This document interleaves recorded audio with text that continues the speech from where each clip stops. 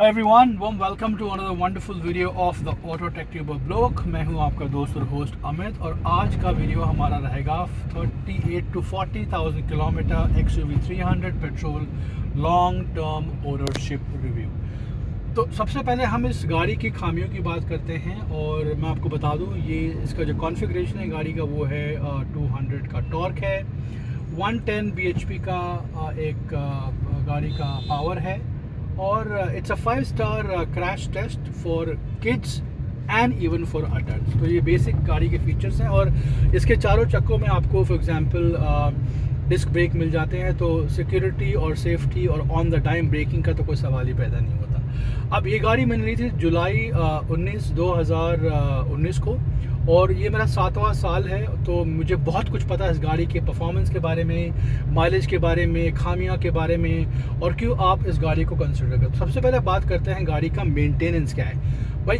हम भारतीय हैं और अधिकतर भारतीयों को सबसे पहला सवाल है कि भाई कितना पेट्रोल पीता है आपका व्हीकल।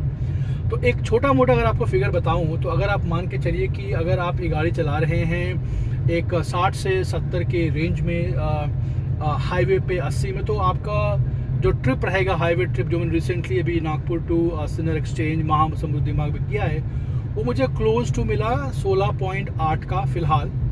और this was again with full fledge AC on, ठीक है। और बिना एसी अगर आप चलाओगे हाईवे पे 60 से 8 अगर अच्छा हाईवे तो ऑब्वियसली आपको 17-18 का माइलेज बिल्कुल इस गाड़ी से मिल सकता है। ये हो गया माइलेज के बारे में। अब हम बात करते हैं गाड़ी का ओवरऑल फील, गाड़ी का प्रेजेंस कैसा है रोड पे।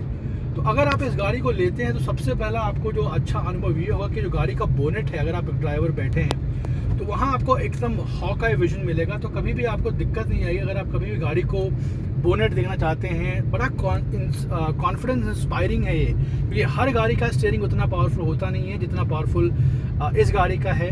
तो एक जो हॉक आई विजन है गाड़ी का वो आपको बिल्कुल मिलेगा और आपको एक कॉन्फिडेंस देगा कि भाई आप कहीं आगे में बम्पर टू बम्पर किसी को आप टच नहीं करेंगे, तो एक बहुत बड़ा एडवांटेज है इस गाड़ी का।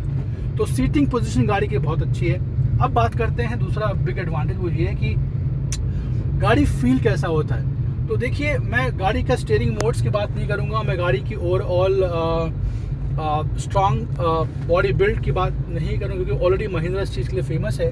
लेकिन अगर आप मेरी बात माने तो इस गाड़ी में सबसे स्ट्रॉन्ग पॉइंट है गाड़ी का जो रोड प्रेजेंस है वो बहुत शानदार है। और अगर किसी ने गाड़ी को आपको गलती से मान लीजिए एक छोटा सा टक्कर भी मार दिया और फॉर एग्जांपल किसी ने गाड़ी को हल्का सा टच कर दिया पीछे से या साइड से, तो कभी भी आपको ये चैलेंज नहीं दिमाग में रहेगा कि भाई गाड़ी को स्क्रैच लग गया या फिर कैसे ठीक कराऊँ।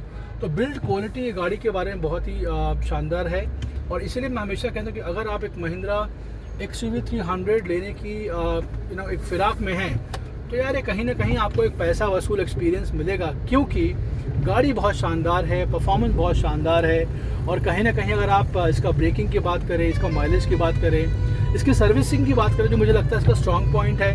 मैंने 3 सर्विसिंग कराई है, अराउंड अबाउट एक 10,000 पे फ्री था, फिर 20,000 पे मुझे कुछ 2,500 रुपये लगे और उसके बाद मुझे राउंड अबाउट जो मैंने लेटेस्ट कराया है ऑलमोस्ट 30,000 पे, वहाँ मैंने कुछ 5,200 रुपये खर्च किए। तो वो सब एक्सपीरियंस गाड़ी का सर्विसिंग का रहा। सर्विसिंग में अच्छा खासा आपको एक रिस्पांस मिलता है, ऐसा लैग नहीं मिलेगा कि भाई आपने गाड़ी दे दिया और आपको रिस्पॉन्स नहीं कर, रिप्लाई नहीं कर, तो उसमें आप बिंदास रहिए, ये बिल्कुल महिंद्रा आपका टेक केयर करेगा। और मेरा ऐसा मानना है कि कभी ना कभी अगर आप कोई भी SUV ले तो 2 चीज़ का ध्यान रखिए कि आपकी गाड़ी का सर्विस रेंज कितना है, सर्विस सेंटर कितना है, आजू बाजू आपके पास रेंज है, लोग उसको हेल्प करने वाले हैं कि नहीं, क्या पार्ट्स गाड़ी के महंगे हैं। तो ये सब का अगर आप सवाल का जवाब अगर आपको मिलता है आपके लेटेस्ट सेंटर से, तो आई डोंट थिंक सो आपको गाड़ी चलाने में या मेंटेन करने में कोई भी कठिनाई आएगी। तो ये रहा मेंटेनेंस, सर्विस कॉस्ट और माइलेज। अब मैं आपको बताता हूँ कि मुझे इस गाड़ी में क्या बेहतरीन लगता है। और सबसे पहली बात ये बताऊँगा मैं आपको कि जब भी आप इस गाड़ी को लेके कहीं भी निकलते हैं तो भाई कभी भी इंजन का प्रॉब्लम नहीं आता है। जो इनका टर्बो इंजन है, हालांकि इन्होंने मराजो जो सोर्स किया है इसको ट्विक किया है, तो यार बहुत रिफाइन इंजन है यार। 50-60 के गियर में गाड़ी को अगर आप 6 गियर में चलाते हैं तो आप आराम से पिकअप कर लेते हैं, उठ जाते हैं। हालांकि 6 गियर्स का पूरा ड्राइव मोड है, उसमें उतना पावर होता नहीं है, लेकिन टिल 5th गियर जो आपको पीक पावर मिलती है और राउंड अबाउट आपको 2000 RPM से लेके आपको राउंड अबाउट 4,500 RPM तक का इसको एक एक्सट्रीम पीक परफॉर्मेंस वाला पावर आपको मिलेगा। और मुझे लगता है कि हर कोई बंदा जो एक SUV इंथुजियास्ट है और ख़ासकर जो मैनुअल इंथुजियास्ट है उसको इस गाड़ी को ज़रूर कंसिडर करना चाहिए, क्योंकि गाड़ी एक शानदार है, परफॉर्मेंस शानदार है और कभी भी ये गाड़ी आपको एक लॉन्ग रोड इंजन में धोखा नहीं देगी। तो ये रहा ओवरऑल क्यों गाड़ी को आपको चूज़ करना चाहिए अगर आपको SUV लेना है तो ये।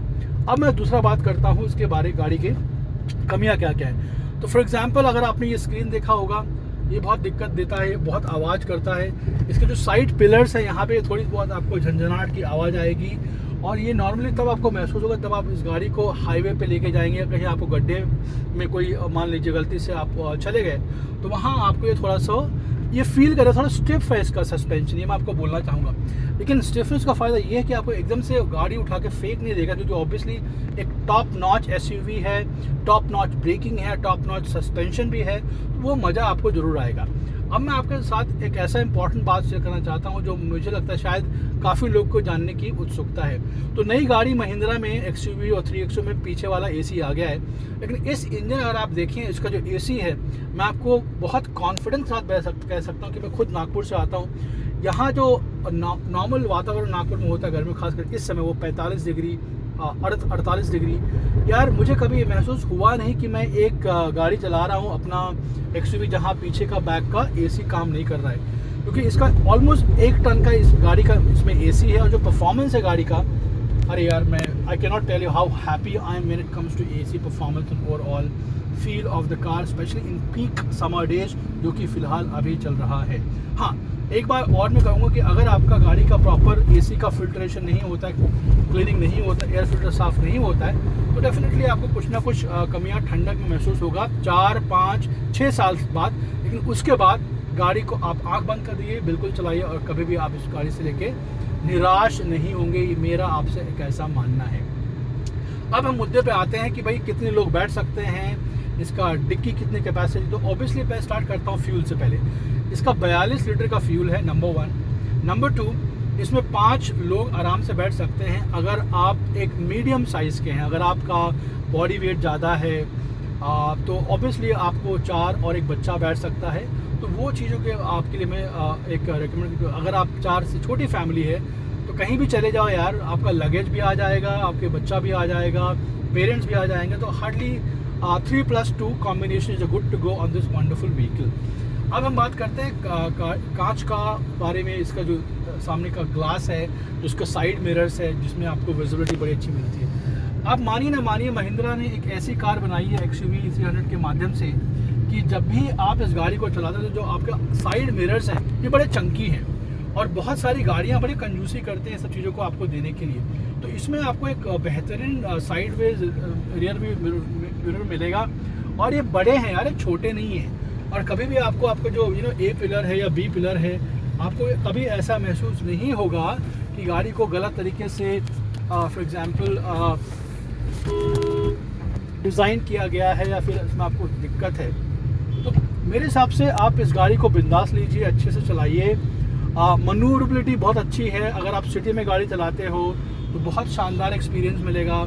हाईवे पे जाते हो तो बहुत पैसा वसूल है, और मोस्ट इम्पॉर्टेंट पार्ट यार, माइलेज बोलो, मेंटेनेंस बोलो, कोई दिक्कत गाड़ी में है ही नहीं। और सबसे इम्पॉर्टेंट बात, एक 5 स्टार क्रैश टेस्ट गाड़ी है, जो मेरे हिसाब से अगर आप कार लेते हो, चाहे मिडिल क्लास हो, अपर मिडिल क्लास हो, लग्जरी हो, तो यार सिक्योरिटी को ध्यान में पहले आपको रखना चाहिए। इस गाड़ी में आपको वो कमी कभी भी नहीं मिलेगा, क्योंकि सिक्योरिटी, सेफ्टी, सुरक्षा, आप आंख बंद करके XUV 300 ले लीजिए और आप मुझे थैंक यू कहें, क्योंकि कमियां कुछ गाड़ी में है नहीं। ठीक है, अब हम बात करते हैं ओवरऑल गाड़ी के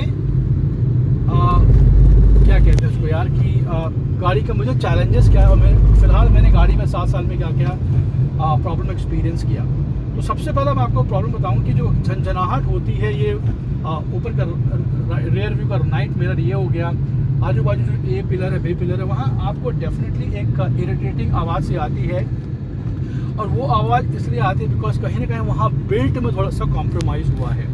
तो ये मुझे इंपॉर्टेंट थोड़ा सा ड्रॉबैक लगा महिंद्रा का। तो अगर इसको मैं छोड़ दूँ तो यार गाड़ी में कोई कमी है नहीं। अब हम दूसरी बात करते हैं कि ओवरऑल इस गाड़ी का जो इन्हांस वर्जन है 3XO वो आपको लेना चाहिए, नहीं लेना चाहिए। देखो, डिक्की का प्रॉब्लम यहाँ भी है, डिक्की का प्रॉब्लम वहाँ भी है। आपको कोई खास स्टोरेज तो मिलने वाला है नहीं, इंजन वही है। लेकिन मुझे लगता है कि जिन्होंने 2019 में गाड़ी बाई किया और जो टर्बो पेट्रोल आया बीच में TGDI, यार वो तो पैसा वसूल है। लेकिन एक बात हमेशा ध्यान रखना कि कभी भी ऑटो मोड में मत जाना, बिकॉज अगर ऑटो में आप चले गए तो आप कितने भी बड़े इंथुजियास्ट क्यों ना हो, वो मज़ा आपको मैनुअल गाड़ी का जो आता है हाईवे पे गियर शिफ्टिंग का, वो आपको नहीं मिलने वाला। तो ये मेरा ओवरऑल एक तजुर्बा रहा इस गाड़ी को लेके। The biggest drawback is boot space. अगर आप बहुत ट्रैवल करते हैं हाईवे, लेकिन हम कितने बार हाईवे पे जाते हैं यार, अभी तो मुझे बताओ। ऐसा तो नहीं कि हम महीने में डेली हाईवे पे जाते हैं या डेली हमारे पास बहुत सारा लगेज सामान होता है। अगर आप फ्रीक्वेंट ट्रैवलर हाईवे पे नहीं हो मैक्सिमम लगेज और कैपेसिटी के साथ, तो आप इसको ले सकते हो, इसमें कोई दुविधा नहीं है और ये बहुत ही पैसा वसूल कार है। अब मैं आपसे बात करूँ गाड़ी के कुछ अलग विशेष टॉपिक्स के बारे में। जो लोगों ने काफ़ी सवाल पूछा कि जो 3XO का इंजन है, ये इंजन, इसमें कितना अंतर है, क्या मेजर चैलेंजेस गाड़ी को लेके लोग फ़िलहाल फेस कर रहे हैं, तो उसके बारे में बात करता हूँ। देखो, जो 3XO का बॉडी डिज़ाइन किया हुआ है काइंड ऑफ हुंडई का उन्होंने कॉपी किया हुआ है फिलहाल पीछे टेल लाइट का, वो मेरे को एकदम बकवास लगा, क्योंकि यार आपने गाड़ी की आइडेंटिटी खो दी। भले आप कहें कि गाड़ी थोड़ी सी वेल प्रोपोर्शनल हो गया, अभी भी सब 4 मीटर कॉम्पैक्ट SUV है इस डिपार्टमेंट में, लेकिन मुझे लगता नहीं कि वो जो प्योर इसका बोल्ड लुक था पीछे बटरफ्लाई वाला, वो जो नई वाली गाड़ी उसमें आपको कोई मज़ा आएगा। तो वो मेरा एक बड़ा ड्रॉबैक है। बट उसके अलावा इंजन ठीक है, AC ठीक है, माइलेज ठीक है, परफॉर्मेंस टॉप क्लास है।